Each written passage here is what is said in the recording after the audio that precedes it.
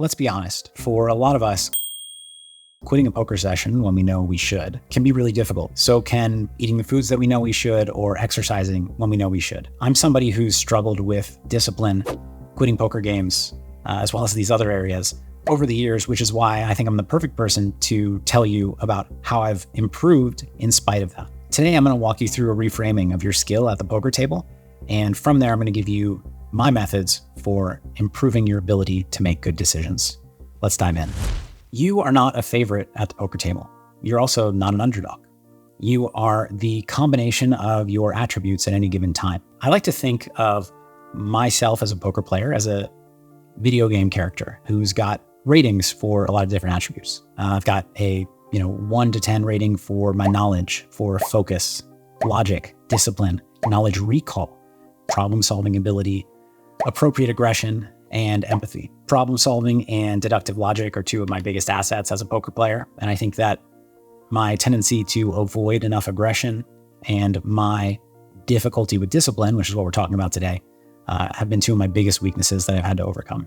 If you add up and average all of these, they come out to about an 86 for me. So I'm an 86 rating poker player. You can take that rating up against a lot of other poker players, whatever the rating is for you. You don't need to calculate it. It's not that important. And you'll have kind of your base skill level against other players.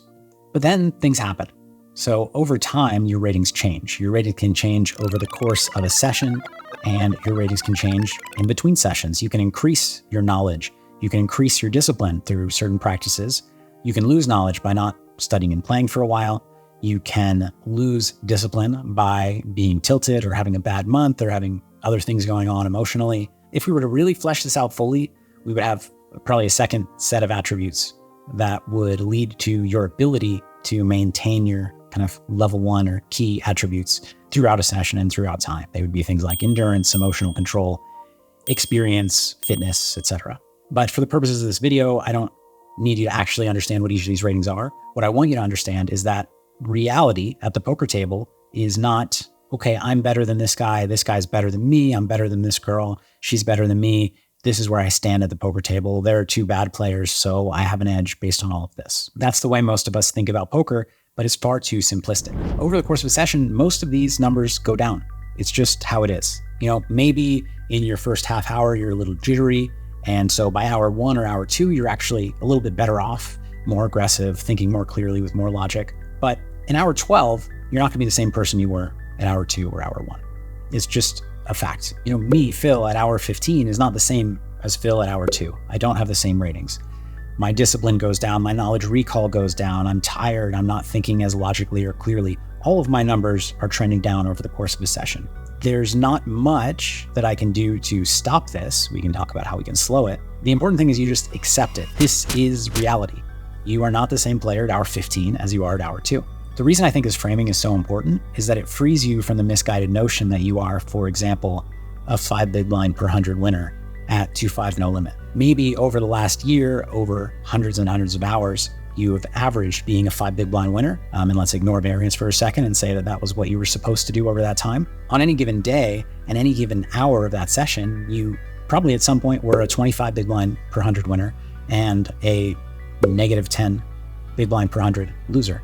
Having this static view of yourself as an X big blind per 100 winner, or where you stand in the power rankings of the players that play your games, robs you of the ability to accurately assess your true edge. Oftentimes you might be sitting at the table and you might think, okay, well, those 2 players are better than me, but these 6 I'm better than. Maybe one of them is about the same as me, so I'm a favorite in this game. But how often have you at the same table said, okay, well, those 2 players are better than me and they're gonna be much better than me right now because I'm tired. This player is usually on par with me, but he's gonna play better than I am for the next few hours. And some of these other players who I'm usually better than, they just woke up. So actually they're probably gonna play as well as I am. So now I'm an underdog in this game. It can be so hard to quit because you look around the table and you think of your status as a player compared to the other players. You think, you know what, this is a pretty good game. I'm a pretty good player. Let's keep going. And so when you see it from this perspective, now you see that, this fantasy world of a video game character that has all these attributes that adjust over time is actually much more realistic than the fantasy world that many of you have been living in, just assessing your overall skill level compared to other players. Hopefully for some of you, the impact of this reality that you are a poker player with certain attributes that over time change has become clear and will allow you to make better decisions. So now that we accept this reality, what do we do about it? Well, this is where things like taking planned breaks and doing a pre-session routine come into play. A lot of players roll their eyes at practices like this because, like I've been saying, they just think of themselves as a 7 out of 10 player, and that's just how they're going to be. The type of player you are over time is impacted by not only just how long you've been playing, how tired you are, how tilted you are, what else is going on in your life, but actual practices that can improve your mental clarity, can improve your emotional performance and emotional stability. These things can change the way that you play in not only hour 10, but in hour 1 and 2. There's no debating the fact that cognition declines over time. Studies have shown that being awake for 24 hours is the equivalent of having a blood alcohol content of 0.1%, over the legal driving limit in most places. But there are things we can do to boost our ratings for a little while, especially if they've declined, not only because of the time we've spent awake, but the time we spent engaging in an activity that is mentally draining and emotionally taxing. These are things like taking breaks, taking walks, meditation, stretching, listening to audios that are specifically designed for this. My friend and coach Elliot Rowe has some on Prime Mind. There are a lot of things that you can do that will help you get back into the game. Now, if you're one of the people who's opposed to this, if it helps you, think of them as casting spells on your character to boost your ratings, because that's really what they are. We can also do things to boost those supplementary attributes like emotional control or endurance. These are things like making sure we get good sleep every night, we have good routines, exercising, eating well, meditating, etc. Again, these are spells that will boost your ability to maintain your ratings and sustain your ratings over time. The nice thing about embracing habits like this is that in addition to helping your poker game, many of these are things that you probably wanted to do anyway, and that will probably have a positive impact on your life outside of poker. All right, so now that we are accepting and preparing for reality, boosting our ratings as we go, we also need to talk about when it's time to quit a session. No matter how much preparation we do, no matter how many breaks we take and how many times we stretch or meditate, time will catch up to us as we go through a session, as we go through time being awake. So here's some practical tips that I like to use in order to quit better. Start with knowing yourself. You have to know your bias. Some players always chase losses and always tend to quit early when winning.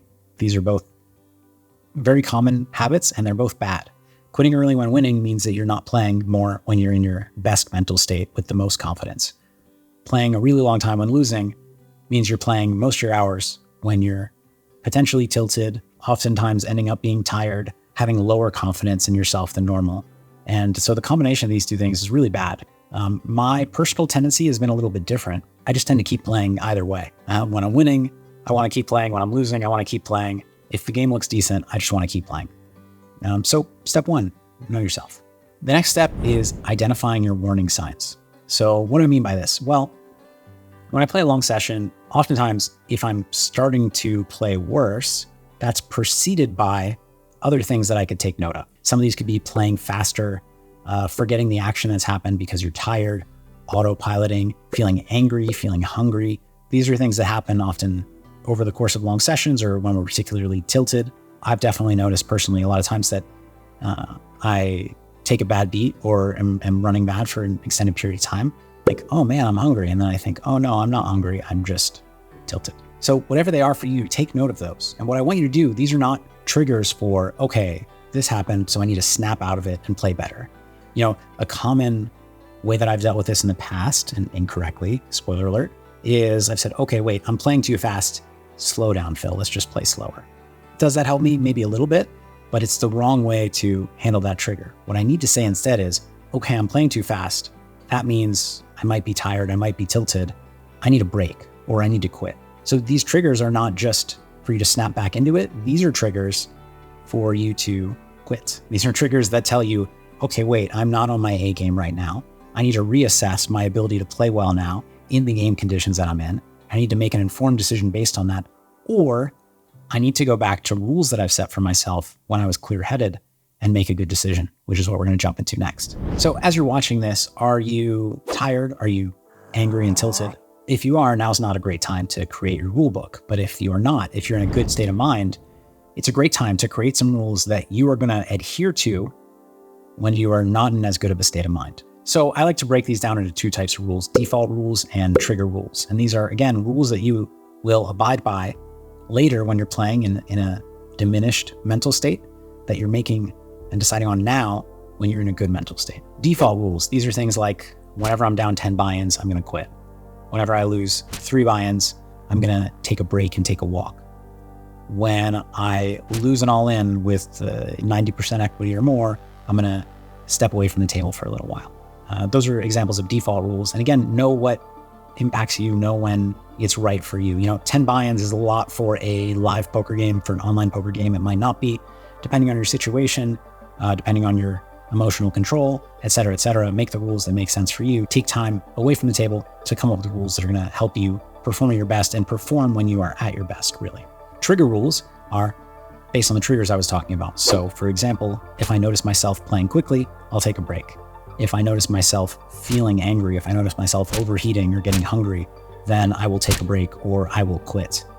Perhaps it's like, if I notice myself at 2 of these signs, then it's time to quit. As I mentioned before, what I used to do was notice that I'm playing too fast and say, okay, slow down. And what I was doing was not treating the problem. I was treating a symptom of the problem. The actual problem is I'm too tired or I'm too tilted. Either way, I'm not in a good mental state to keep playing. Now, if you are interested in more ideas for rules about quitting, as well as some other thoughts of mine and those of my mentors, I have written about all of this in Poker Mindset Strategy, which is an ebook that you can get completely free. So check those out. It's actually page 21 and page 26 for a couple of valuable lessons that I think will help you if you've liked this video thus far. The last thing I want you to keep in mind is that there is always tomorrow. The game that you're playing in right now might not exist in its exact form tomorrow. Maybe even those stakes will not exist tomorrow, and you'll have to wait a while until you play the same. But the fact of the matter is, there will be more poker in the future. No opportunity is so great that you should play in a terribly diminished state. These rules that you set for yourself might lead you to make a bad quit or two. Bad quit meaning you were plus EV and maybe you could have toughed it out and made some money. But for every bad quit, you're going to make 4 or 5 good quits at least. So on balance, it's going to work out. It's so much better to trust yourself when you're in a good mental state than to trust yourself to make a calm and logical decision in the moment, because we all have been there where we've given in to our emotions. Again, whether it's, quitting a poker session or eating that piece of cake that you told yourself you weren't going to eat. Set your rules ahead of time, stick to them. That way you don't have to make those decisions in a diminished state. I hope you've enjoyed this. To sum up, accept reality. You want to audit yourself, create a rule book, look out for your triggers, and last but certainly not least, follow your rules. Happy quitting to everybody out there. I will see you in my next video. Till then, good luck and take care.